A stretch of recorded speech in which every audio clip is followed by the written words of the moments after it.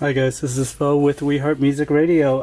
So new year, new phone. I got the Motorola Z3 Play, or some British people might call it Z3.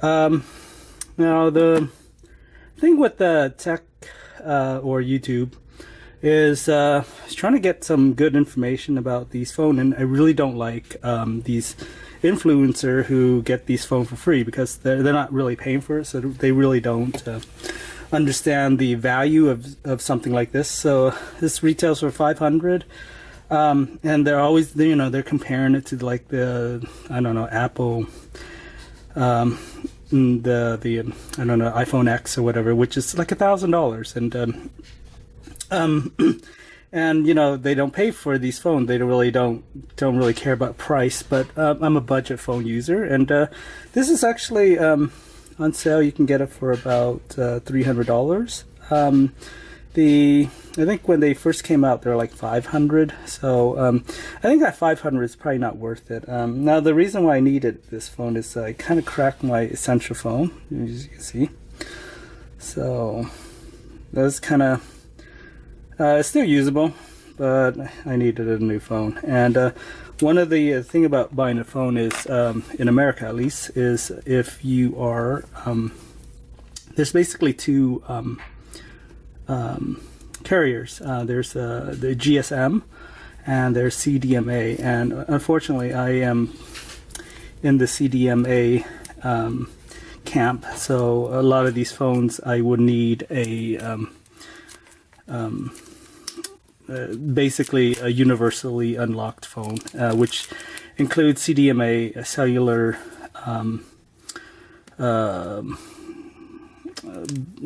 what is it? I basically need the antenna, and a lot of these those cheap Chinese phone like I don't know, OnePlus or Huawei. Even Sony actually rely basically only on GSM phone. So basically you need to be on an AT&T, or you can't be on Verizon basically. And I can understand it because it's a little cheaper to produce. You only have to have one antenna in there versus having the both CDMA. And as I understand it, the rest of the world uses GSM. I think maybe only in America that we use this older technology. But I use that older service, so I need a phone that can cover both antenna band. Okay, so here is, oh, hello Moto. So the thing about the Z series is that these are modular phone, which means that wow, it's pretty thin actually. Let's take a look at compared to my old phone. It's a little bigger and slightly thinner. The thing with these modular phone is that you can get like battery packs or camera or anything that that Motorola uses in their thing. Here is, I'm gonna put this phone down here. Alright, so let's take a look at the probably includes the SIM card release thing. That's the SIM card thing.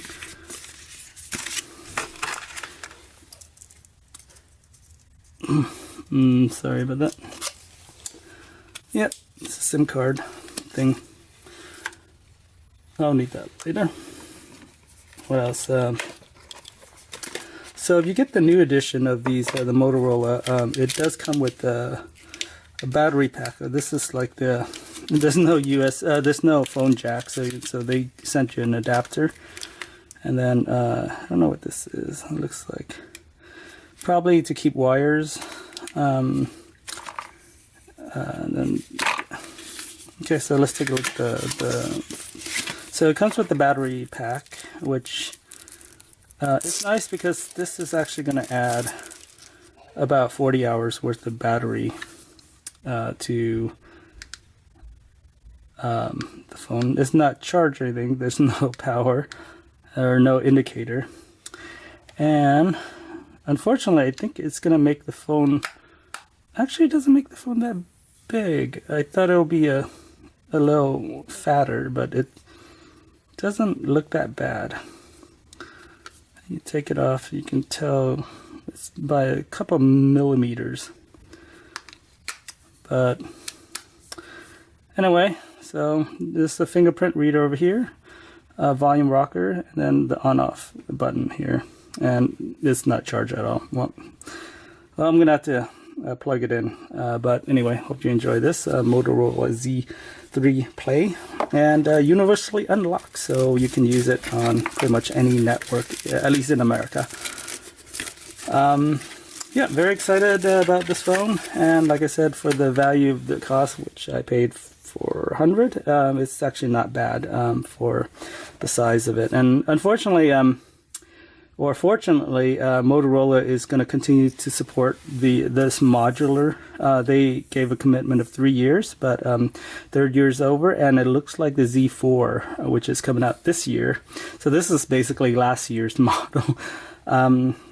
They're gonna still support that mod, so very excited about that. I think the next mod I'm gonna get is a gaming mod for video game, and perhaps that camera, the zoom, but I've heard some bad reviews on it, so I might not end up picking that up. All right.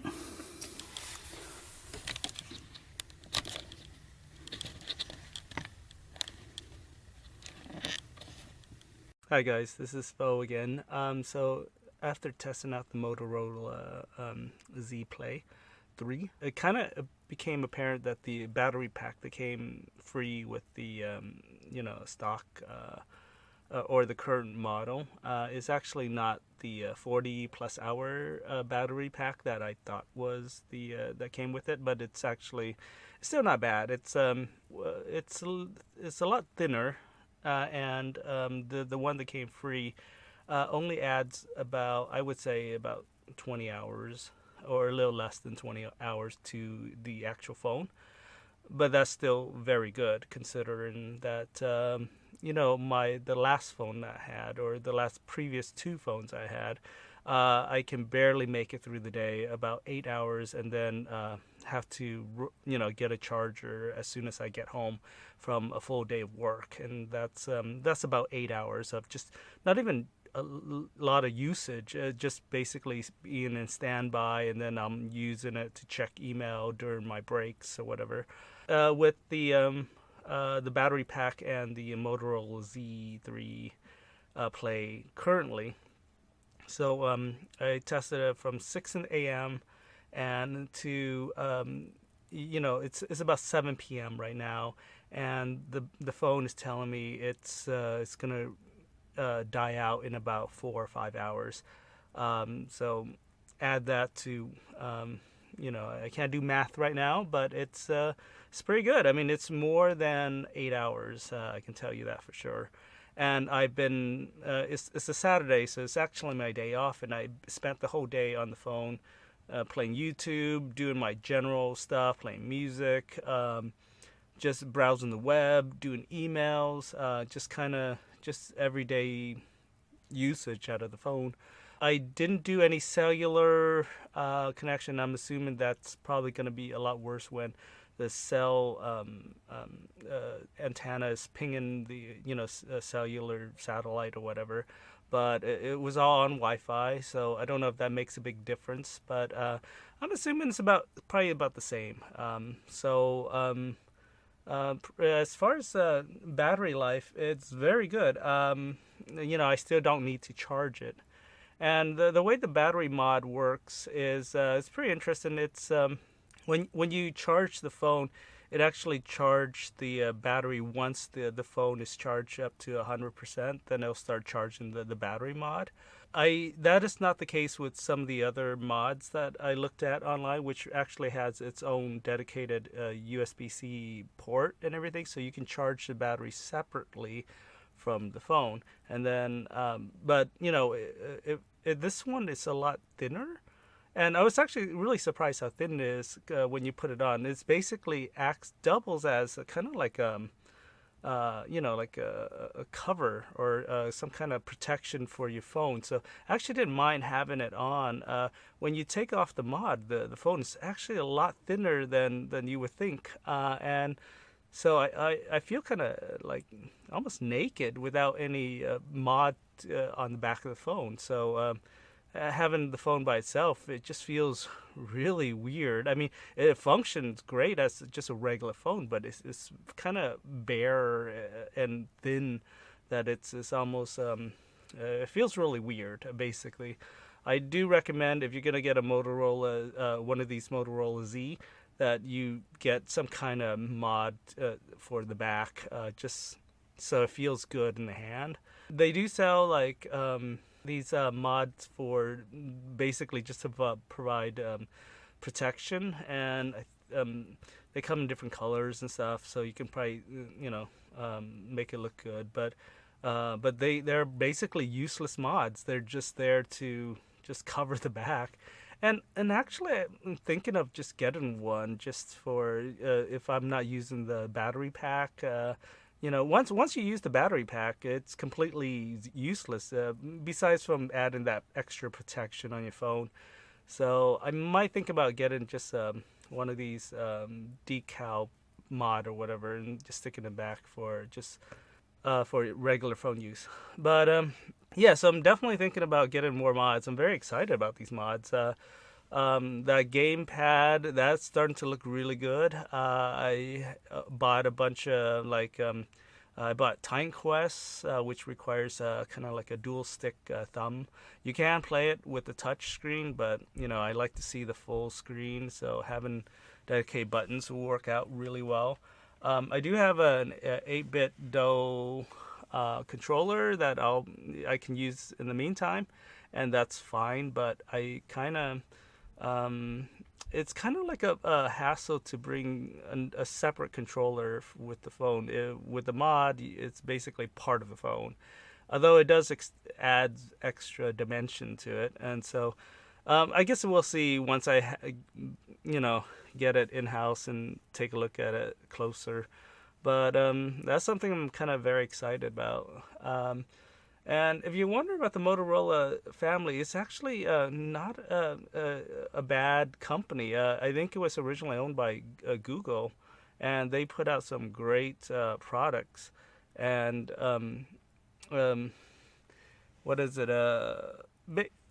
I think Lenovo eventually bought them out or something, and so they ended up owning the Motorola phone line. And I was afraid when Lenovo bought them that it's going to turn out terrible, but the lineup had been pretty solid. I mean, I do confess that because since I previously bought a Motorola E and a Motorola G, that they're not very exciting phones. They're kind of like just very boring, basic phones, but they are very cheap. They're kind of like for the budget mindset. And I believe the Motorola E, I spent like $50 on it. Great phone until I needed to upgrade, and so ended up getting a G for a while, and that worked out fine too. And I did not pay more than $60 for it, and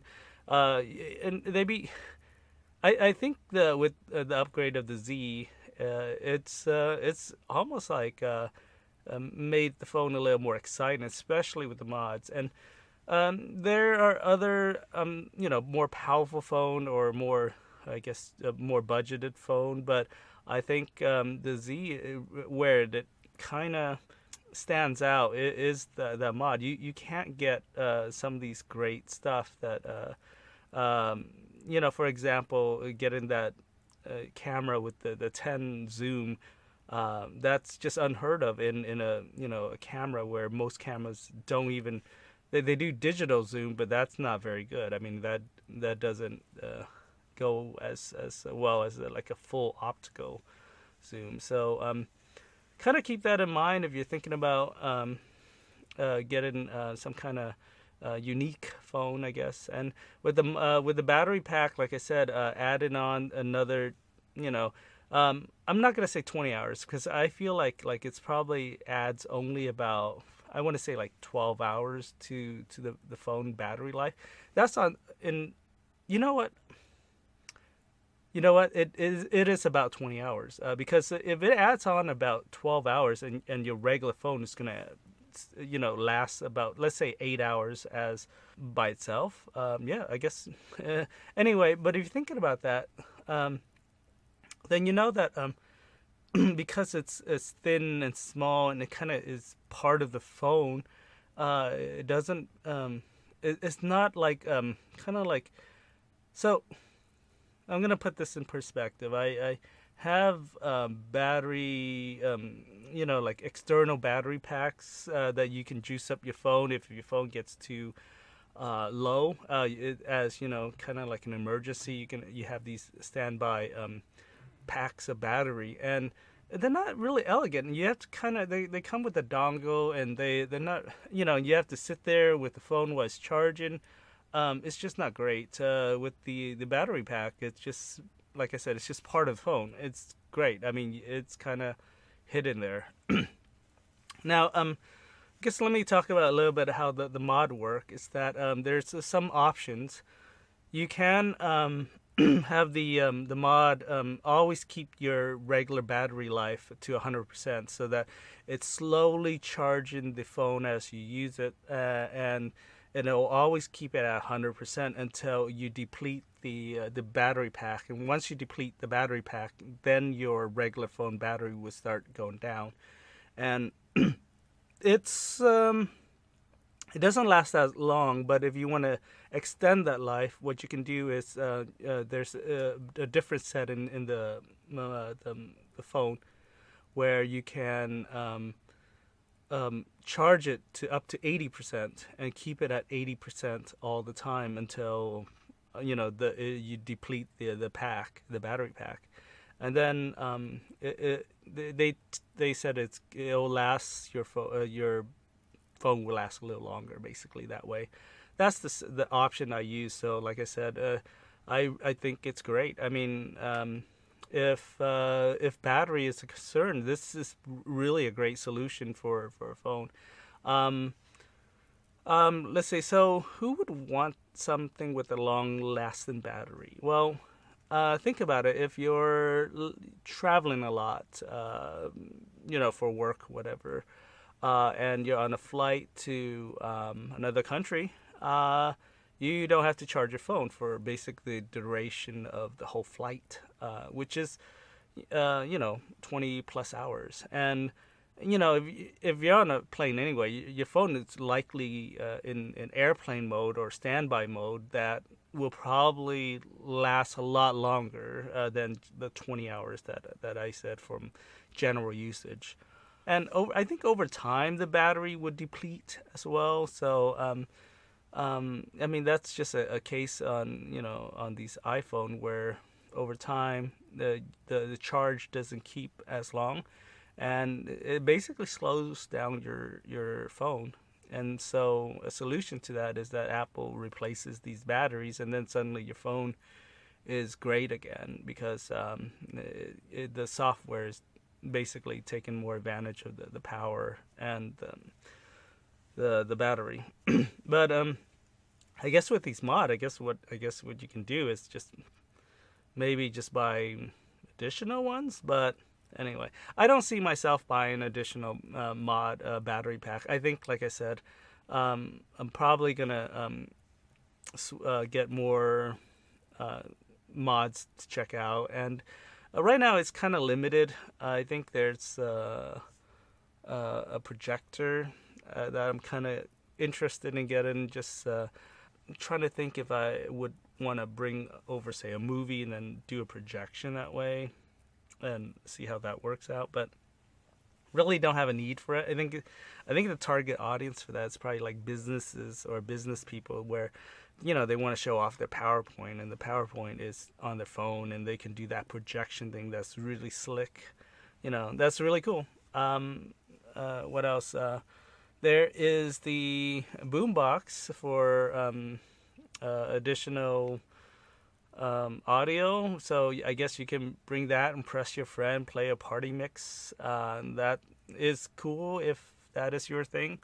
The speakers that come on the regular phone itself is it's not very good. I mean, it's good. You can hear it and everything, but I believe it's not like great compared to other phones and devices I've used. I want to say there's only one speaker area, so don't quote me on that. I think just from my experience of listening to it, it's better to do it with a headphone. And speaking of headphones, it like like most I guess more modern phones, they are courageous, don't have the uh, audio jack, and so you either have to use Bluetooth to pair up to your headphones, or they do offer a USB-C to have a audio jack that you can use if you only have those old school headphones, and they sound nice too. I mean, I didn't experience any latency or any lag or anything like that. They pair up fine with some Bluetooth speakers that I have. I tested out. It sounds great. I mean, no complaints here. I mean, it's just that's pretty standard stuff.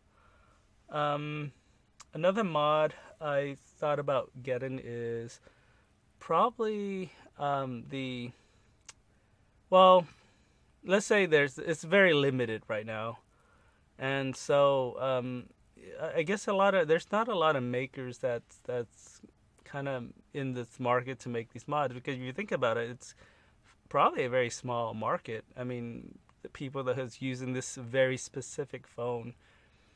And anyway, the other one I'm interested in is that camera that I mentioned earlier. Offers 10 zooms. Now, why would you want this? Well, I go to a lot of concert, and sometimes these certain venues do not allow you to bring in, a camera, a pro camera with a lens. So you can get around this by bringing in a compact lens camera, which I do own. But if I can get a, like part of my phone has become a camera, I think that's I can get rid of that additional device and just bring in one device, which is the phone slash camera. That's great. But I think for now, I have a compact camera that I can sneak in these venues. I think that's fine for me right now. But it is something I'm kind of interested in, to get a, the Hassan Brad camera kit. That looks cool. Another interesting product is the Polaroid instant film camera, which is kind of neat, but it's kind of tiny. It prints out. Basically, it's a printer that prints images on a tiny little piece of paper. Now, I guess for the cool kids, that's actually kind of nice. You can bring it to a party, take photos of your friend, print them out right there in less than, I don't know, less than 30 seconds to get these prints.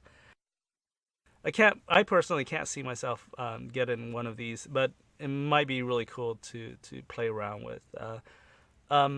Yeah, I see this more as kind of for the teens and the really younger generation. Other than that, I really don't think there's any mods I'm kind of looking at. They are coming out with new ones all the time, and people are, well, not all the time, but there's a lot of people that's interested in these, and they're designing their own mods, and keeping a close eye on what's coming out. But at the moment, there's not very many, besides from those Alexa speakers or whatever, that I'm really not that interested in. But anyway. But so far, phone's great. It does accept this Nano chip.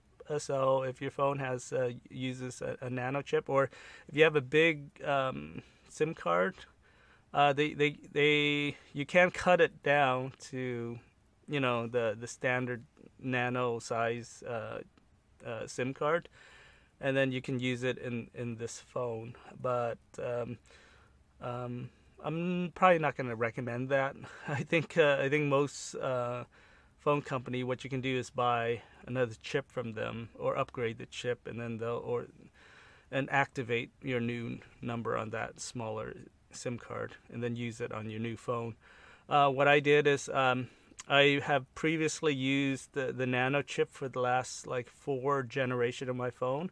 That I just take out the same SIM card, stick it in different phones, and it works right off the bat. It works instant too, like this. You stick it in, you can make phone calls, receive text messages within a minute. I'll put it in as long as the chip, as long as your phone can communicate with the CDMA satellite and everything. It's sending that info on the chip. I'm kind of worried about these eSIM cards that is supposedly like, these phones that's coming out without any SIM card at all, but eSIMs. And it might be interesting, but at the same time, I think you have to call your phone manufacturer and then tell them that you're working, you need it transferred to this new phone, and you need to activate on the phone. I don't want to talk to anyone. I just want to take my card, stick it in another phone, and it works. And so far, I love that. That is a great way of doing it. If my phone dies tomorrow, I can go buy another phone, stick that SIM card in, and it works. And once again, I think Motorola, Samsung, and Apple are basically the few manufacturers that sells both CDMA and GSM modems in their phone. So if you're thinking about, if you're on this older network, the CDMA network, those are basically your choices. A lot of these these flashy phones that's from China, Huawei, for example, or that OnePlus company, they use only GSM. And even Motorola only offers some phone for GSM because it's a lot cheaper to manufacture with just one modem in there. Versus paying additional costs of the second modem, and they probably have to pay additional license or certification for that second, bandwidth. But basically, only America uses this kind of phone, because I think if you take that phone overseas, that cellular it's useless. I think the rest of the world is probably using GSM and on LTE 5G or 5G. So but like I said, I am on a legacy system. I know that, but the phone has worked fine for me, or the number or the price I'm paying is fine for me. And if you're wondering, I'm only paying probably about $7 a month on my phone bill, which is a lot less considering a lot of people are paying at least $20 a month or more. And but there's some I guess there's some issues with how much I'm paying. That's just for the phone part. If I want the internet, I can pay more, and I stretch it out. It's I think it's $10 for 1 gigabyte of data, and that works for me. And I can stretch that out for a month and a half before I have to topping off the data portion of it again.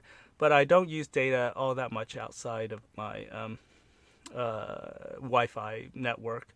When I'm out and about and I need to use the internet, it's great. I can use it for email and checking my maps if I'm lost, which is really basically the two primary function of my data usage. And on top of that, what you can do is actually stretch it out even further by if you get Firefox for your Android phone. There's an option on there that it disable photos and images so that you're not downloading that extra bandwidth that is probably I mean, it only display text, which is basically what I'll need until I can find a Wi-Fi network where once you're on Wi-Fi, Firefox will allow those images to load. You can force it to load the images. So if you're in a bind, you can just hold down a long press, and then say Firefox, show me all the images, and then they'll load up the images for you. So that's not that bad. And like I said, I use that to, one of the cost saving of trying to stretch out my data usage.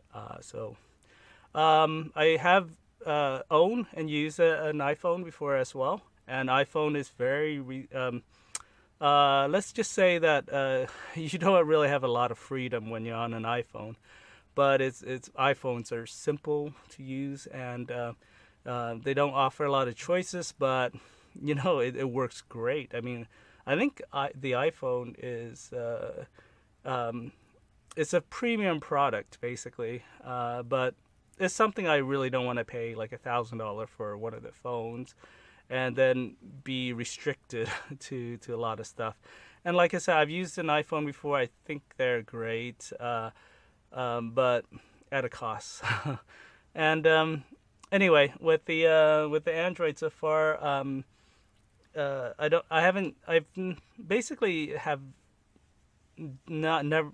I don't really jailbreak my or root is what they call it, my phone all that often. I have done it before, but the benefit of getting back is just not that great. So a lot of times, if you want to install a lot of apps, there's actually a great way of installing kind of like non-Play Store apps by various means. One of which is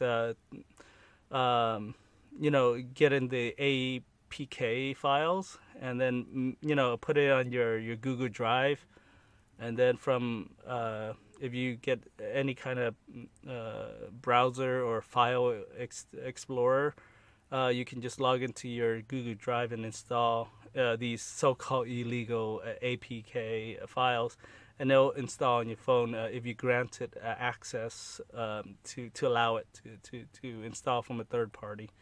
You do run the risk of installing malware and malicious software, but that's the choice you make by trying to download these applications outside of their protected place, store.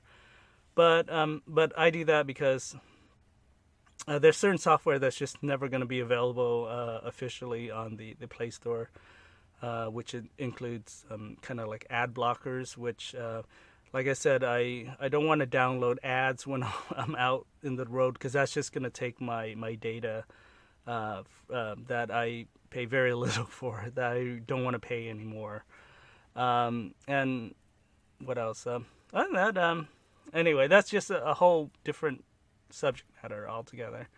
But yeah, between Apple and Android, both are great in their own world. But yeah, I just feel you have more freedom with an Android. For most people, I think an Apple product will work fine for them. A lot of people don't want to tinker, and they don't want to play around with the settings. They just want it to work, and I understand that too. But if you're one of these kind of interested in doing all kind of weird stuff with your phone, I think Android's the way to go. And anyway, having said that though, the Motorola Z3 Play only has Android Oreo or Android 8 on it. It doesn't have the latest Android, which I am perfectly fine with, because I have Android Pie on the Essential phone, and there's a lot of stuff I don't like about Android Pie. And one of the weird thing is that the way the notification bar works is a little different, because Android Pie, what it does is it takes into account the terrible notch that the Essential phone brought, and then Apple made it popular, and then every phone manufacturer is doing that stupid notch that I don't like, and I don't think anyone likes, but it's like a trend, and it's basically the notches for where the camera is. It's just unsightly because you're looking at the phone, and then there's this black little water droplet, or in some cases it takes up most of the notification bar. So what Android Pie did is kind of divides up some of the notification area so that it balances it out both left and right, so that it doesn't overflow and show notification in the middle where the notch is, and so basically you're not seeing your notification icons. And one of the terrible thing they did is they moved the time from the right side to the left side, and that just annoys me because I'm so used to the looking at my clock on the right. It's just a personal thing, but I just didn't like the way they handle it. There's no way of changing it either, so basically you're stuck with kind of like system stuff. And then certain software don't work with Android Pie. Anything that needs to write to that notification area are no longer valid. So if you paid for applications that for example, like an energy bar on the top, it won't work because that area is strictly off limits now. So developers don't have access to that area. Anyway, there's a lot of things about Pi that I just don't like. But, like I said, that's another story. I think Android 8 or Oreo, I think it's fine. And I think it's pretty good. If you really want to move on to the next generation of the operating system, but your phone doesn't allow it, and I believe Motorola is not allowing it for the time being, because I think eventually they will upgrade you to the latest version, but they got to do a lot of testing. There's a lot of stuff that the Motorola does that a lot of other phones don't do. For example, shake to flashlight is not available on any Android phone except for the Motorola line. Like I said, you can download software that mimics that, but I think the Motorola, the way it works is so much better than anything I've used outside.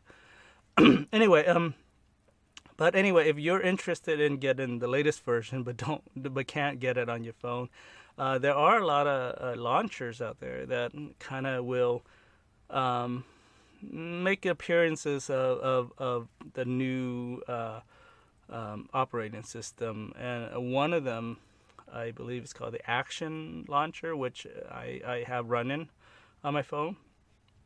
I think it works great. I think it's free, it's ad free, and I have actually donated to the developer so that I can get additional features, but I really don't care about the additional feature. What that money is kind of like a gesture that say, hey, I like this product, I like that it's ad free, and I just want to tip you guys a little money. And but anyway, yeah, I guess that's about wraps it up.